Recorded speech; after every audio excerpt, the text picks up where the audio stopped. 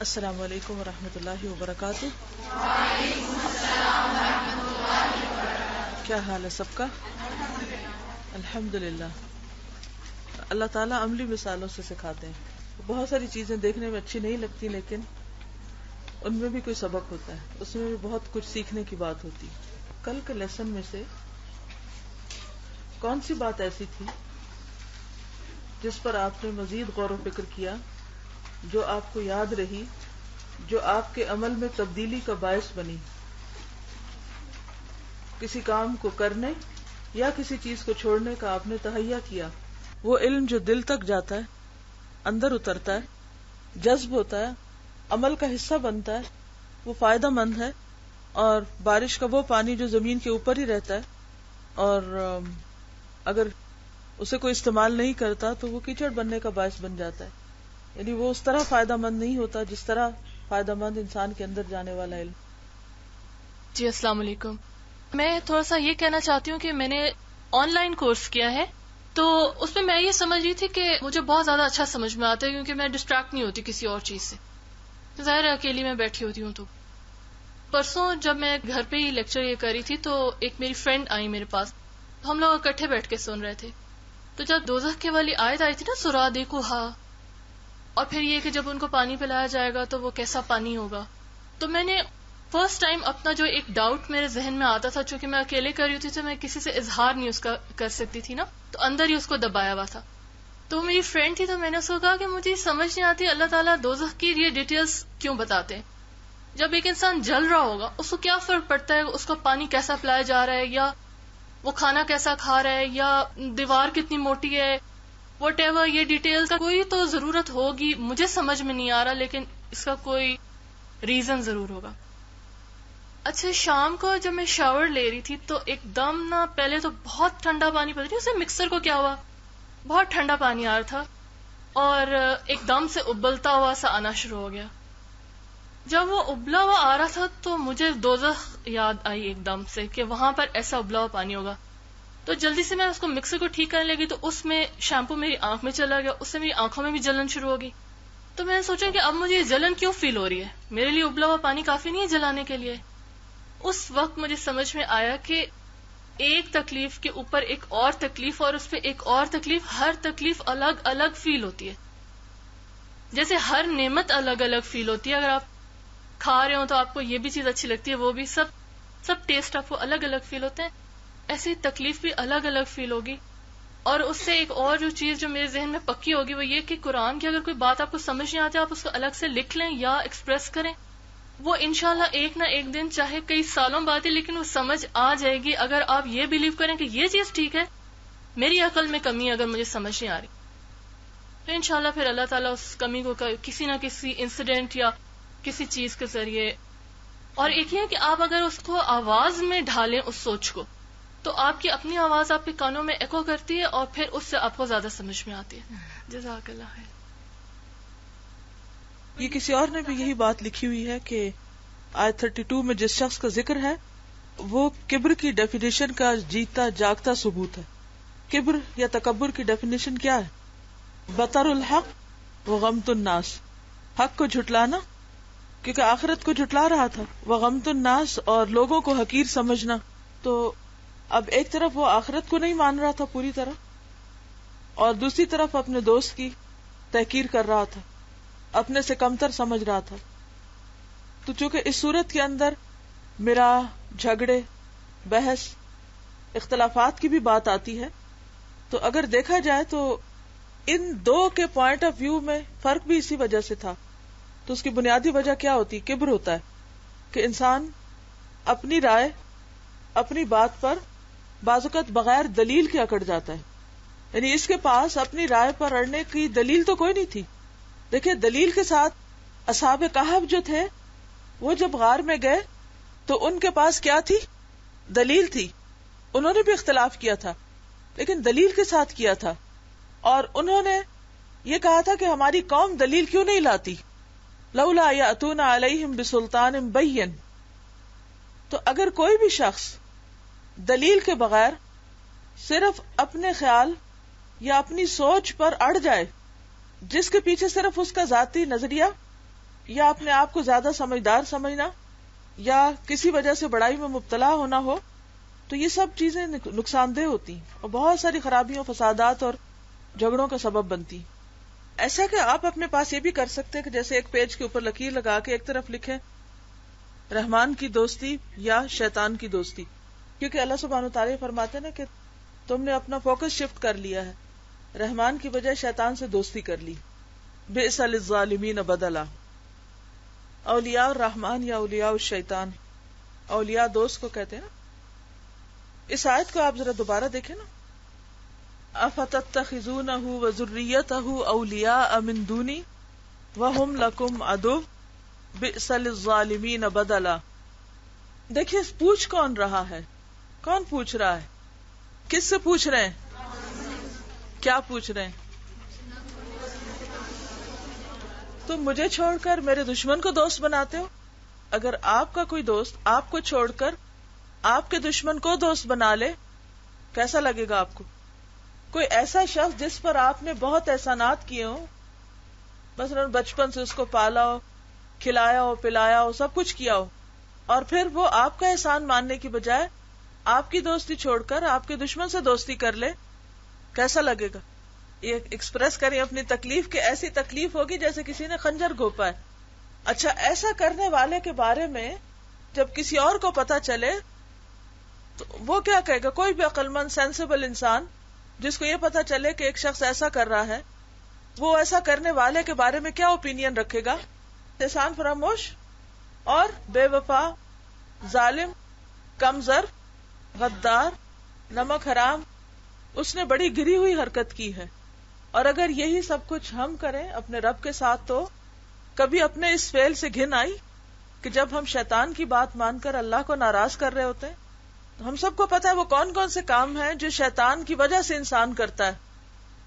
اگر آپ قرآن مجید کا مطالعہ کریں تو صرف قرآن پاک کی آیات سے ہی آپ کو بہت ساری چیزیں پتا چل جائیں گی کہ شیطان کیا کیا کرواتا ہے، کیا کیا کرتا ہے. مثلا فحشاء کا حکم دیتا ہے، تو جب کوئی شخص فحشاء کا ارتکاب کرتا ہے تو وہ دراصل کس سے دوستی کیے ہوئے ہوتا ہے؟ تو اللہ تعالیٰ اس پر کیا نظر ڈالتے ہیں؟ کس طرح کی بڑی رحمت کی نظر ڈالتے ہوں گے ایسے غدار پر، بے وفا پر. اور فقر کے ڈر سے اگر کوئی صدقہ خیرات نہ کرے تو بھی شیطان کی بات مان رہا ہے. اور بتائیے قرآن مجید میں کیا پتا چلتا ہے کہ کیا کرتا ہے شیطان؟ فضول خرچی، ان المبذرین کانوا اخوان الشیاطین، اوور سپینڈنگ، فضول خرچی کرنا، بلا ضرورت خریداری، مال کو ضائع کرنا، صرف کس لیے؟ دکھاوے کے لیے. مثلا حیرت کی بات ہے، سب نے شادی کا ہی ذکر کیا، اس کا مطلب ہے کہ سب کو پتا ہے، سب کو پتا ہے کہ ہم کہاں فضول خرچی کرتے ہیں. مجھے کبھی سمجھ نہیں آئی، کبھی بھی میری عقل میں یہ بات نہیں آئی کہ صرف ایک دن لوگوں کو اپنی شکل دکھانے کے لیے ہزاروں روپے بیوٹی پارلر میں کیوں خرچ کیے جاتے ہیں. میری عقل سے باہر ہے کہ پتا بھی ہے کہ ہم وہ بن کے دکھا رہے ہیں جو ہم ہیں کوئی نہیں. کتنا بڑا دھوکہ، ڈسیپشن. پھر یہ کہ ایک نماز سے دوسری نماز کے درمیان وضو کرنا ہو تو سب کچھ پانی میں بہہ جائے گا. یا تو نماز چھوڑیں گے، خدا کی یہ ایک اور نافرمانی، یا نماز پڑھیں گے تو وضو کرے بغیر تو نہیں پڑھ سکتے. آپ سب نے اتنی فقہ تو پڑھ لی ہے کہ کیا ایسے موقع پہ تیمم کیا جا سکتا ہے؟ یہ عذر ہے؟ کوئی عذر نہیں. تو جو جان بوجھ کے نماز چھوڑ دے، من ترک الصلاۃ متعمدا فقد کفر، چھوٹا جرم نہیں جس کو اللہ نے، نبی صلی اللہ علیہ وسلم نے کفر سے تشبیہ دی، بہت بڑا جرم ہے. تو یہ رحمان کی دوستی ہے نماز چھوڑنا جان بوجھ کے، یہ شیطان کی دوستی. پھر آپ دیکھیں کہ عموماً اتنا سجنے بننے کے بعد خواہش کیا ہوتی ہے؟ نمائش، لوگ دیکھیں. اور پھر لوگوں میں بھی کون دیکھے؟ سبھی دیکھتے ہیں. کوئی اس میں فرق رہ جاتا ہے کہ عورت دیکھے یا مرد دیکھے؟ کوئی نہ کوئی کہیں نہ کہیں سے ضرور گھس آتا ہے. اور بعض اوقات تو خود بلایا جاتا ہے. فوٹو سیشنز میں عموماً کون کون ہوتے ہیں؟ ڈگنیٹریز، وہ سب محرم ہوتے ہیں، ان سب کے لیے دیکھنا جائز ہوتا ہے. پھر یہ شیطان کی راہ ہے یا رحمان کی راہ؟ بئس للظالمین بدلا. جہاں بھوک ہو، افلاس ہو، لوگوں کو کھانے کو نہ ملتا ہو، تعلیم نہ ہو، وہاں کچھ لوگ ہزاروں روپیہ پانی میں بہا دیں، کیا اس کا کوئی جواز ہے؟ کیا عقل اس کو تسلیم کرتی؟ کیا دین اس کی اجازت دیتا ہے؟ کیا اخلاقی طور پر یہ بات گوارا کی جا سکتی ہے؟ کیا اس پیسے کا حساب نہیں دینا ہوگا؟ کیا ہم اتنے جاہل ہیں کہ ہمیں اپنے آپ کو صاف ستھرا بھی نہیں کرنا آتا، پریزنٹیبل بھی نہیں بنانا آتا؟ لیکن وہ کون لوگ ہوں گے جو ظلم اور اس زیادتی اور اس اسراف کا توڑ کریں گے؟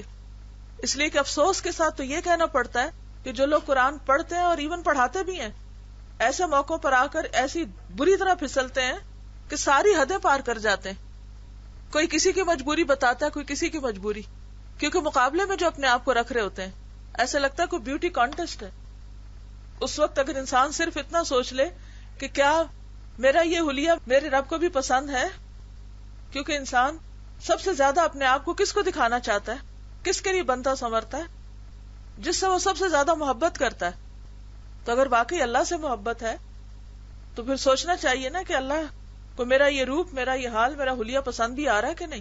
اور اگر اس کو پسند نہیں اور ساری دنیا مجھے حسینہ عالم کا بھی خطاب دے دے تو وہ ڈگری میرے کس کام آئے گی؟ اور مبذرین جو ہیں، فضول خرچ لوگ، وہ تو صرف شیطان کے دوست نہیں، بھائی ہیں، اخوان الشیاطین، وکان الشیطان لربہ کفورا۔ اصل میں ہمارا نفس اتنا دھوکے باز ہے اور شیطان کے کیونکہ کنٹرول میں ہوتا ہے، وہ ایسی ایسی تعویلیں کراتا ہے کہ انسان ناجائز کو بالکل جائز بنا لیتا ہے اپنے لیے، حرام کو حلال کر لیتا ہے۔ اور شیطان کیا کرواتا ہے؟ بنی اسرائیل 53 وَقُلْ لِعِبَادِي يَقُولُ الَّتِي هِيَ أَحْسَنُ إِنَّ الشَّيْطَانَ يَنزَغُ بَيْنَهُمْ إِنَّ الشَّيْطَانَ كَانَ لِلْإِنسَانِ عَدُوًّا مُبِينًا۔ شیطان دشمن ہے انسان کا۔ اس دشمنی کا مظاہرہ کس طرح کرتا ہے؟ رخنہ اندازی کر کے، دلوں میں دراڑیں ڈال کے، فساد ڈلوا کے، اختلاف ڈلوا کے۔ روٹ کاز کیا ہے؟ وجہ کیا ہے؟ شروع کہاں سے ہوتا ہے یہ فساد؟ باتوں سے، قول سے، گفتگو سے، کلام سے، کیونکہ ہمیں محسوس ہی نہیں ہوتا کہ ہم اس وقت شیطان کے زیر اثر ہیں۔ کتنی دفعہ خیال آیا جب ہم ناروا گفتگو کر رہے ہوتے ہیں کہ یہ شیطان کی وجہ سے ہے، یا یہ شیطان اس وقت ہم پہ قابو پائے ہوئے ہے، کیونکہ آپ دیکھیے کہ غصہ شیطان کی طرف سے ہوتا ہے نا، یا نہیں؟ تو سب سے زیادہ ہم گستاخی سے کب بولتے ہیں؟ جب غصے میں ہوتے ہیں۔ غصے میں عقل ماری جاتی ہے۔ جب عقل ماری جاتی ہے تو عقل میں کمی یا عقل کے اوپر پردہ شیطان آ کے ڈال دیتا ہے، پھر ہماری زبان کھل جاتی ہے۔ جب کھل جاتی ہے تو پھر ہم کیا کیا بولتے ہیں، کتنا بولتے ہیں، پھر اس کا نتیجہ کیا ہوتا ہے؟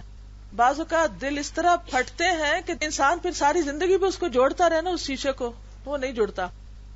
وقتی طور پر ہم یہ سمجھتے ہیں کہ ہم چونکہ حق پر ہیں، اس لیے ہمیں حق مل گیا ہے کہ ہم جو چاہیں کہیں، ہم جو چاہیں دوسروں کو سنائیں۔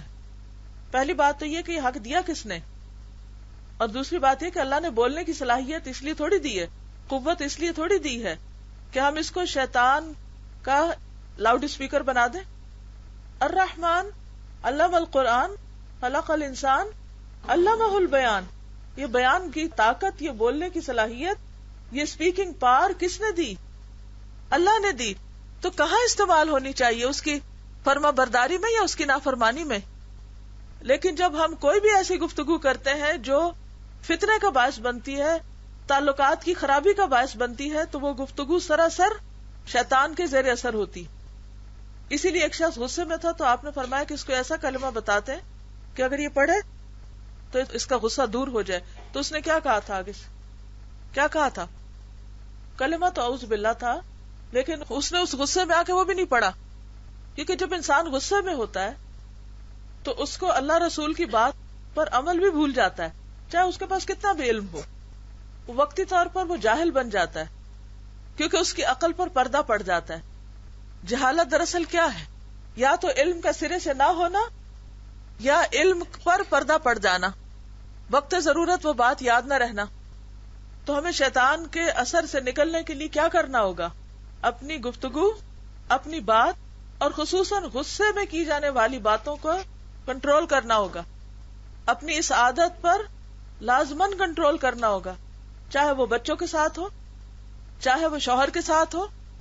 اب دیکھیں کہ وہ شوہر اور بیوی کے درمیان جو لڑائی ڈلواتا ہے شیطان، وہ بھی اصل میں آپ کبھی غور کریں شروع کہاں سے ہوتی ہے؟ آرگیومنٹ، باتوں سے شروع ہوتی ہے نا. ایک نے دوسرے کو ایک بات کی، اس کو اس پہ غصہ آ گیا، اس نے پلٹ کے اور اس سے بڑا جواب دیا، پھر دوسری طرف سے آرگیومنٹ، اور پھر بعض اوقات وہ ہاتھا پائی تک نوبت جا پہنچتی ہے.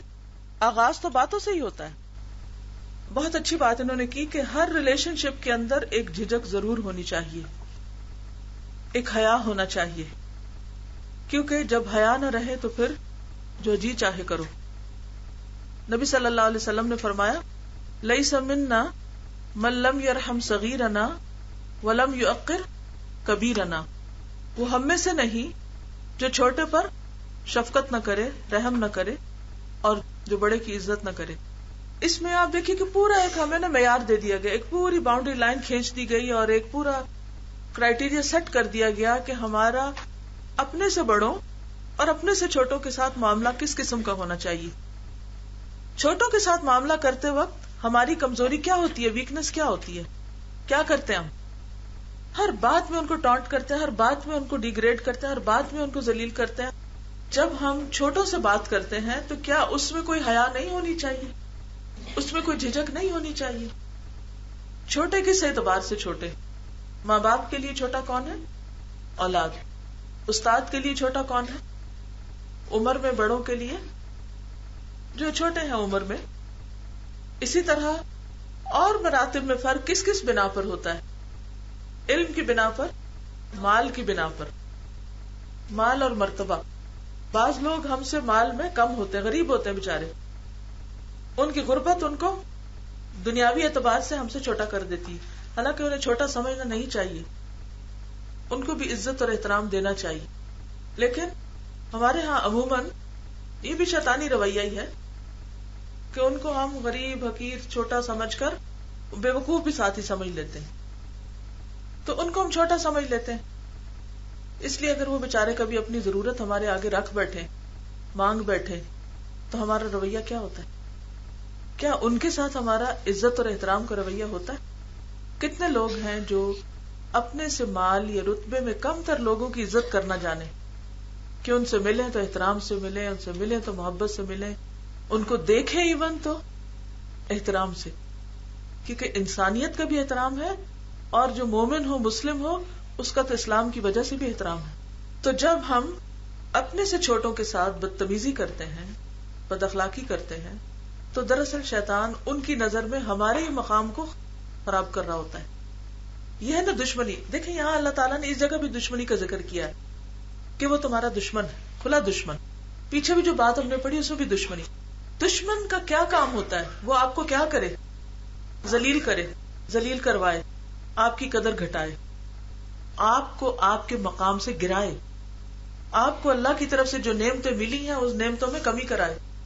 اب آپ دیکھیں کہ جب آپ کسی بچے کے ساتھ، مثلا استاد اپنے شاگرد کے ساتھ اگر بدتمیزی کرتا ہے، ناروا اس کو ڈانٹ ڈپٹ کرتا ہے، کیا ایسے استاد کی پھر عزت، ادب، قدر ہوگی کسی شاگرد؟ نہیں ہوگی نا. استاد ہونے کا مطلب یہ نہیں کہ آپ کو کوئی لائسنس مل گیا ہے بدتمیزی کرنے کا یا لوگوں کو ذلیل کرنے کا. کیا نبی صلی اللہ علیہ وسلم ایسا ہی کیا کرتے؟ بہترین نمونہ تو وہ ہے ہمارے لیے جنہیں ہمیں فالو کرنا ہے. ہماری عقل یا ہمارا نفس تھوڑی ہے کہ ہم نے کوئی تعویل ڈھونڈ لی دوسروں کو ذلیل کرنے کی، جو تو کوئی قابل قبول نہیں. احسن عمل کون سا ہے جس میں کس کی اتباع ہو؟ نبی صلی اللہ علیہ وسلم کی اتباع. آپ غریبوں اور مسکینوں کے ساتھ کیا معاملہ کرتے تھے؟ ان کی بات کس طرح سنتے تھے؟ غور سے سنتے تھے اور کہتے تھے کہ اگر کوئی ایسا شخص مجھے مدینہ کے کسی بازار میں لے جانے سے میں اس کے ساتھ چل پڑوں گا. انہیں اس میں کوئی آر نہیں ہوتی تھی کسی کے ساتھ چلنے میں، کسی کے ساتھ بیٹھنے میں، کسی کے ساتھ کھانے میں. ہم نے تو پتہ نہیں کیسے کیسے درجہ بندیاں کر رکھی ہیں. اللہ کی مخلوق کو بانٹ رکھا ہے اپنی خواہشات کی بنا پر، بڑا چھوٹا کر رکھا ہے. خواہ کوئی عمر میں کم ہو، خواہ مرتبے میں کم ہو، خواہ مال میں کم ہو، خواہ علم میں کم ہو، خواہ کسی بھی طرح اللہ نے کسی کو ہمارے زیر دست کر دیا ہو. دست کہتے ہیں ہاتھ کو عربی میں، زیر کہتے ہیں نیچے، ہمارے ہاتھ کے نیچے، یعنی ہم سے کسی بھی طرح اسے دنیاوی اعتبار میں اللہ نے جو درجے اور مقام رکھے اس میں کم کر دیا ہو. اس بڑے اور چھوٹے کے بیچ میں ایک آڑ ہے، ایک حجاب ہے، ایک جھجک ہے. جس کو ہمیں توڑنا نہیں چاہیے. اگر وہ ٹوٹ جائے تو انسان خود ذلیل ہو جاتا ہے. ہم وہ نہیں ہیں جو ہم اپنے آپ کو خود سمجھے ہوئے ہیں کہ میں بہت ذہین ہوں, بڑی عقل مند ہوں, بڑی شے ہوں. ہم وہ ہیں جو لوگ ہمیں سمجھتے ہیں. ہمارا اصل مقام وہ ہے جو لوگوں کی نظر میں ہے. کسی سے پوچھے کہ لوگوں کے درمیان آپ کا امپریشن کیا ہے, اور پھر اس سے بھی بڑا کہ اللہ کی نگاہ میں ہم کیا ہیں, کیا مقام ہے ہمارا. ایک بات تو یہ ہوئی. پھر آپ دیکھیے کہ چھوٹوں کے لیے بھی کیا لازم ہے کہ بڑوں کے ساتھ کیا کریں حدیث کی روح سے, احترام. اگر کوئی آپ سے عمر میں بڑا ہے, چاہے علم میں چھوٹا ہو, پھر بھی کیا لازم آتا ہے کہ اس کی عزت کس بنا پر کرو, اس کی عمر کی بنا پر کرو. کوئی ماں ہے, خالہ ہے, نانی, دادی, پھپھی, ساس, کوئی بھی رشتہ, کوئی بھی, یہ تو مثال کے طور پہ چل, چاہے وہ عقل میں علم میں آپ سے کم ہے, لیکن اس وقت آپ ان کا احترام کیوں کریں گے؟ کیونکہ وہ آپ سے عمر میں بڑے ہیں. یہاں احترام کی ایک وجہ موجود ہے. اب ایک دوسرا شخص ہے جو عمر میں آپ سے کم ہے, عمر میں کم ہے, مطلب آپ 40 سال کے, وہ 20 سال کا ہے, لیکن اللہ نے اس کو علم زیادہ دے دیا آپ سے. اب آپ کہیں نو یہ تو مجھ سے چھوٹی ہے. مثال کے طور پہ عمر میں کسی چھوٹے شخص کو آپ کو گروپ انچارج بنا دیا گیا.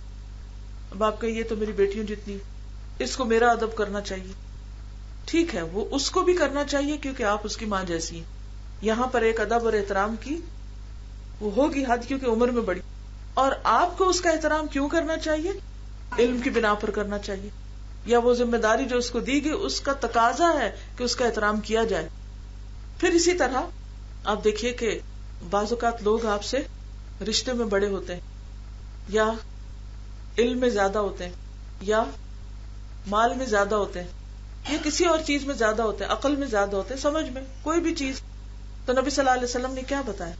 انزل الناس منازلہم, لوگوں کو ان کے مقام پر اتارو, جس کا جو مقام ہے اس کو دو. کیونکہ اگر اس کا وہ مقام قبول نہ کیا جائے تو کیا ہوگا؟ فتنہ فساد ہوگا. کیونکہ شیطان ہمیں کیا سجھاتا ہے؟ مثال کے طور پر اگر کوئی عمر میں ہم سے کم ہے لیکن علم میں زیادہ ہے, کسی ایکسپرٹیز میں زیادہ ہے, شیطان کیا سجھاتا ہے کہ کوئی ضرورت نہیں اس کے احترام کی کیونکہ یہ عمر میں کم ہے تم سے. اس وقت ہمیں یہ سجھا دے گا. لیکن عقل مند کیا کہے گا؟ نہیں, عمر میں تو کم ہے مگر عقل میں مجھ سے زیادہ ہے, یا کسی ایک خاص چیز میں اللہ نے اس کو مجھ سے زیادہ سمجھ دی. اسی طرح جو ہمارے اولو الامر ہوتے ہیں, اسلام کا کیا حکم ہے؟ مثال کے طور پر اگر گیٹ پر کسی لڑکی کی ڈیوٹی ہے آنے والوں کو چیک کرنے کی, تو اس وقت وہ کیا ہے؟ وہاں پر ایک اتھارٹی میں کھڑی ہے, چاہے وہ علم میں آپ سے کم ہو, یا عقل میں آپ سے کم ہو, یا درجے میں آپ سے کم ہو, یا مال میں کم ہو. For example, I don't know who they are, میں صرف ایک مثال کے طور پر آپ کو بات کر رہی ہوں. لیکن اس وقت اس کی بات ماننا اور چیکنگ کے لیے کھڑے ہونا, یہ اسلامی حکم ہے یا نہیں؟ کیونکہ اس وقت وہ ایک ڈیوٹی پر ہے, اور اس کی ڈیوٹی کا تقاضا یہ ہے کہ وہ اپنی ڈیوٹی انصاف اور ایمانداری سے پورا کرے. اور ہم پر کیا فرض عائد ہوتا ہے کہ ہم اس کی مدد کریں. دروازے کے باہر چوکی دار کھڑا ہے, وہ عمر میں ہو سکتا ہے ہمارے برابر ہو یا کم ہو, یا علم میں کم ہو, یا کسی اور مال میں کم ہو, لیکن وہاں وہ اپنی ڈیوٹی کے اعتبار سے ہم پر فوقیت رکھتا ہے. اس وقت ہمیں اس کی بات ماننی ہے. پولیس کا سپاہی کھڑا ہے راستے میں, روک رہا ہے گاڑی کو, اتھارٹی دی گئی ہے. اب ہم کہیں کہ نو, ہم اتنے بڑے افسر ہیں اور یہ کون ہے 2 ٹکے کا سپاہی, جیسے لوگ عام طور پہ باتیں کرتے ہیں اور اشارہ توڑ کے چلے جاتے ہیں, اور اگر انہیں کوئی پکڑے تو سفارش لڑا کے چھٹ جاتے ہیں. یہ سارا فساد کیوں ہمارے معاشرے میں, کیوں ہم تنزل کا شکار کہ ہم نے اس احترام کی دیوار کو توڑ دیا ہے. ہم اس کو ایکسپٹ نہیں کرتے کیونکہ تکبر میں مبتلا ہے, اپنے آپ کو بڑی چیز سمجھتے ہیں. اسی طرح کسی بھی مقام پر کسی کو کوئی بھی ذمہ داری دی گئی ہو, ایسا کوئی ریسپشن پہ کھڑا ہے, کوئی اس سے آگے آفس میں بیٹھا ہوا ہے, کوئی کلاس میں بیٹھا ہوا ہے, یہاں پر کلاس کنڈکٹ کرا رہا ہے, ایون تو بھلے آپ کو نہ پڑھا رہا ہو, کیسٹ سے ہی چلا رہا ہوں, اس کی بات ماننا لازم ہے یا نہیں؟ کوئی ہاسٹل کے ڈسپلن قائم کیے ہوئے, کوئی کسی اور چیز کو لک آفٹر کر رہا ہے. اگر آپ وہاں پر اس کی بات نہیں مانیں گے تو یہ اللہ کی نافرمانی کے برابر ہوگا, کیونکہ اللہ ہی نے حکم دیا ہے کیا, اطیعوا اللہ و اطیعوا الرسول و اولی الامر منکم, کہ جو بھی تم میں ذمہ دار ہو ان کی بات مانو. لیکن اگر ہم وہاں اپنے مال کی یا علم کی یا قابلیت کی کوئی تڑی دکھانے بیٹھ جائیں تو یہ شیطانی بات ہوگی. پھر اسی طرح آپ دیکھیں کہ ماں باپ کا جیسے ایک ادب اور احترام ہوتا ہے. جو بچہ ماں باپ سے بدتمیزی کرتا ہے وہ اس احترام کو پامال کرتا ہے اور دوسروں کو بھی شے دیتا ہے. وہ صرف ایک وہ نہیں کہ وہ ماں باپ کی نافرمانی کر رہا ہے یا بدتمیزی کر رہا ہے, وہ باقی پیچھے سارے بچوں کے سامنے ایک برا نمونہ قائم کر رہا ہے کہ دیکھو میں ایک اتنا بہادر ہوں, میں کر سکتا ہوں, تم بھی کرو. اور اگر اسے دیکھ کے کوئی اور بھی کرتا ہے تو وہ ذمہ دار قرار پائے گا. اس نے سب کے لیے, جیسے اسی طرح کسی بھی مسلمان کی عزت, نبی صلی اللہ علیہ وسلم نے حج کے موقع پر کہا تھا نا کہ جان, مال اور عزت ایک دوسرے پر حرام ہے. اب آپ دیکھیں کہ کیا اس میں درجے بھی تھے کوئی اوپر نیچے کے؟ نہیں, سب مسلمان. اب اس کو آپ اس میں تشبیہ دے سکتے ہیں جیسے ایک تسبیح ہوتی ہے نا, یا ایک لڑی ہوتی ہے. سب مسلمان ایک لڑی میں پروئے ہوئے. اگر آپ کسی ایک دانے کو اس میں سے نکال پھینکیں گے اور اس کو بے عزت کریں گے تو وہ کیا ہوگا؟ جب لڑی ٹوٹے گی سارے دانے نیچے گریں گے. سب کو آپ نے ذلیل کر دیا, سب کو گرا دیا ان کا مقام سے. ایک کو گرانا گویا سب کو گرانا ہے. یہ کوئی معمولی بات نہیں ہے. جب کسی بھی گھر میں, کسی خاندان میں, کسی فیملی میں, کسی ادارے میں, کسی ملک میں احترام کے رشتے ٹوٹتے ہیں تو پھر ایسا فتنہ اور فساد برپا ہوتا ہے کہ جو نان سٹاپ ہوتا ہے. اس سے سفر کون کرتا ہے, نقصان کون اٹھاتا ہے؟ آج آپ دیکھیں, میں نہیں کہتی کہ ہمارے حکمران جو ہیں ان میں وہ بہت پرفیکٹ ہیں, لیکن عمومی ٹرینڈ کیا ہے؟ ہر مجلس میں بیٹھ کر لوگوں کی گفتگو کیا ہوتی؟ سب سے زیادہ برائیاں کس کی کر رہے ہوتے؟ حکمرانوں کی کر رہے ہوتے. پھر کچھ لوگ اٹھ کے تو روز نعرے دل سے جلوس نکالنے کھڑے ہو جاتے, کوئی اور کچھ اور کرنے لگتا ہے, اور پھر کوئی کسی کا پتلا جلا رہا ہوتا ہے, کوئی اس کو مردہ باد کہہ رہا ہوتا ہے, کوئی گالیاں دے رہا ہوتا ہے, کوئی کچھ کر رہا ہوتا ہے. کیا یہ اسلامی روایت ہے؟ کیا نبی صلی اللہ علیہ وسلم کی کسی تعلیم سے ایسی کوئی بات پتہ چلتی؟ لیکن ہم اسے اسلام کے نام پہ کرتے ہیں. کس قدر افسوس کی بات ہے, یہ ساری بدتمیزی اور بد اخلاقی بعض اوقات اسلام کے نام پر ہو رہی ہوتی. جس قوم کے اندر باہم ایک دوسرے کا احترام نہ ہو, ایک دوسرے کا ادب نہ ہو, ایک جگہ رہنے والے, ایک گھر میں یا ایک کلاس میں یا ایک ادارے میں یا ایک کہیں, حتیٰ کہ آپ وقتی طور پر کسی ٹرین یا جہاز میں بھی سفر کر رہے ہیں تو بھی لازم ہے آپ پر کہ آپ اپنے دائیں اور بائیں والوں کا کیا کریں, ان کے بھی حقوق ہیں, ان کا بھی احترام کریں. نہ محبت آپ کو اس بات کی اجازت دیتی کہ آپ دوسروں کے ساتھ بدتمیزی کریں, اور نہ نفرت اس بات کی اجازت دیتی ہے کہ آپ بد اخلاقی پہ اتر آئیں. کوئی جواز نہیں. بعض اوقات ہم محبت میں حد سے گری ہوئی حرکتیں کرنے لگتے ہیں جس کی وجہ سے محبتیں نفرتوں میں بدل جاتی, اور بعض اوقات نفرتوں میں ہم ایسی گھٹیا حرکتیں کرنے لگتے ہیں جس کی وجہ سے ہمارا اپنا ایمان اور اپنا مقام اللہ کی نظر میں گر جاتا ہے. تو کسی بھی رشتے کے درمیان ایک جھجک, ایک آڑ ضرور رہنی چاہیے تاکہ انسان انسانوں کے حقوق میں کمی نہ کرے اور معاشرے کے اندر جو امن و امان ہے وہ تباہ نہ ہو. تو من لم یرحم صغیرنا ولم یوقر کبیرنا فلیس منا. آج ہمارے انہی رویوں نے دین کو بدنام کر دیا.